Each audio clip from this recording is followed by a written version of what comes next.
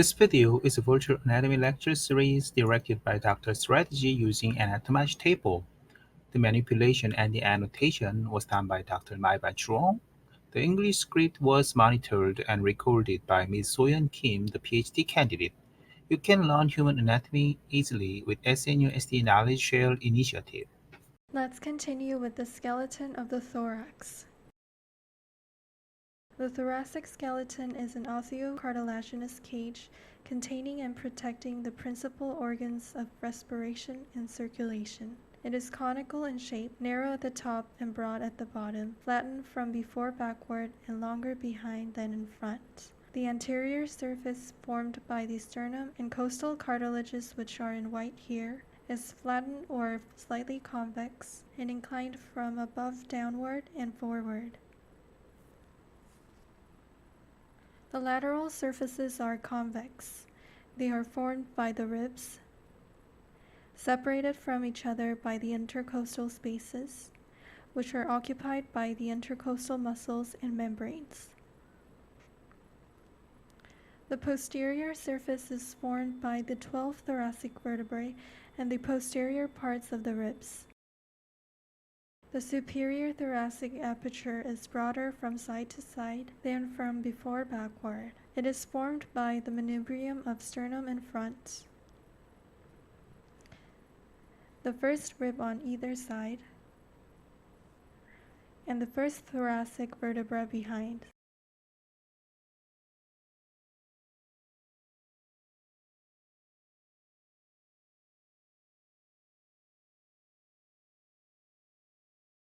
The inferior thoracic aperture is formed by the 12th thoracic vertebra behind, by the 11th and 12th ribs at the sides,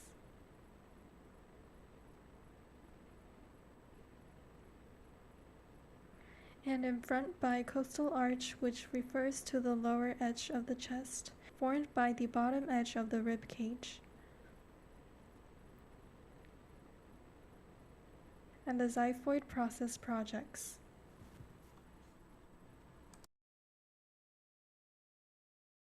Let's talk about the sternum first. The sternum can be divided into three parts: the manubrium, the body, and xiphoid process.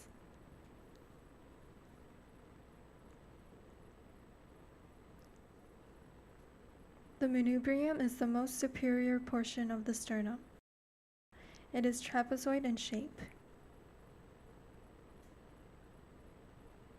The superior aspect of the manubrium is concave, producing a depression known as the jugular notch. On both sides of the jugular notch, large fossae are found.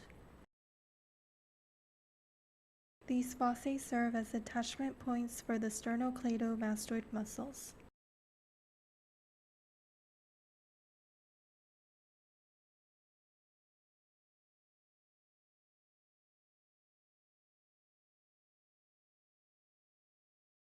The clavicular notch is an oval articular surface, directed upward, backward, and lateralward, for the articulation with the sternal end of the clavicle. On the lateral edges of the manubrium, there is a facet for the articulation with the costal cartilage of the first rib, and a demifacet for the articulation with part of the costal cartilage of the second rib, as you can see here. Inferiorly, the manubrium articulates with the body of the sternum, forming the sternal angle. The sternal angle is commonly used as an aid to count ribs, as it marks the level of the second costal cartilage. The body is flat and elongated, the largest part of the sternum. It articulates with the manubrium superiorly and the xiphoid process inferiorly. The lateral edges of the body are marked by numerous articular facets. These articular facets articulate with the costal cartilages of the 3rd to 6th ribs. The xiphoid process is the most inferior and smallest part of the sternum. It is variable in shape and size, with its tip located at the level of the T10 vertebrae. The ribs are a set of 12 paired bones which form the protective cage of the thorax. As part of the bony thorax, the ribs protect the internal thoracic organs. They also have a role in ventilation. All ribs are attached posteriorly to the thoracic vertebrae and are numbered accordingly from 1 to 12.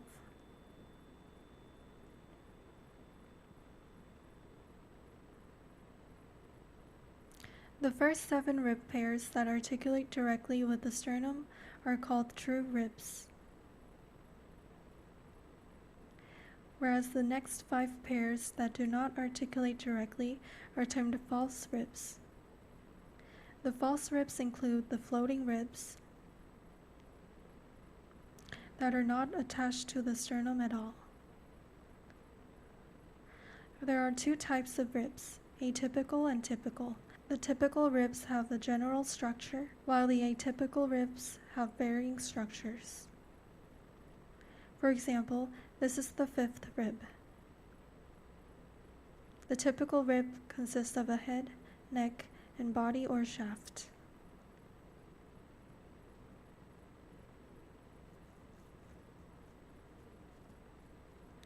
The head is wedge-shaped and has 2 articular facets separated by a wedge of bone, which are in red here. One facet articulates with the numerically corresponding vertebrae, and the other articulates with the vertebrae above, as you can see here. The neck contains no bony prominences, but simply connects the head with the body.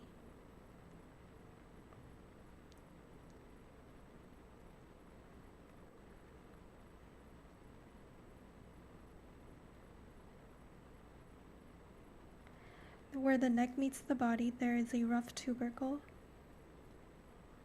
with a facet for articulation with the transverse process of the corresponding vertebrae, as you can see here.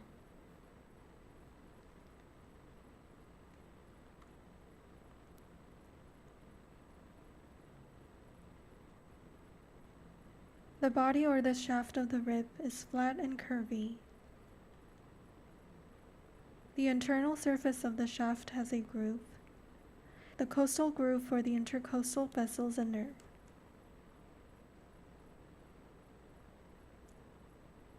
The 1st, 2nd, 10th, 11th, and 12th ribs can be described as the atypical ones. This is the 1st rib.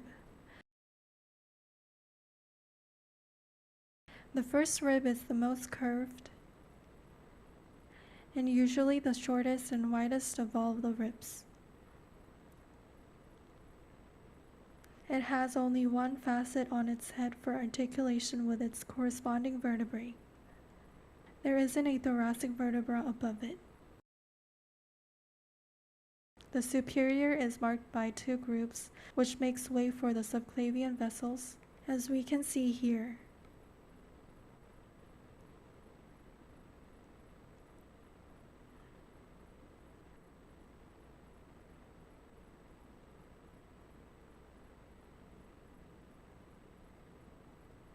This is the 2nd rib. The 2nd rib is thinner and longer than the 1st rib.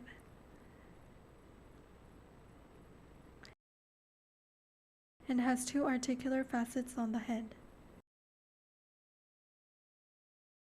It has a roughened area on its upper surface, from which the serratus anterior muscle originates.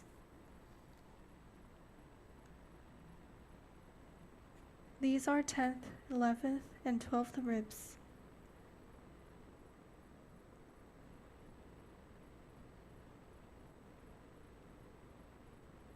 They have only one facet, which is for the articulation with their corresponding vertebrae.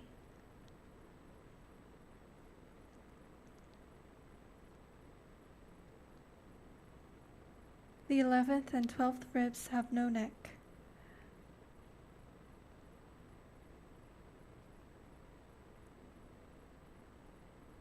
The costal groove of the 11th rib is shallow. The 12th rib does not have a costal groove, This is the end of the lecture on the thoracic skeleton. Thank you for listening.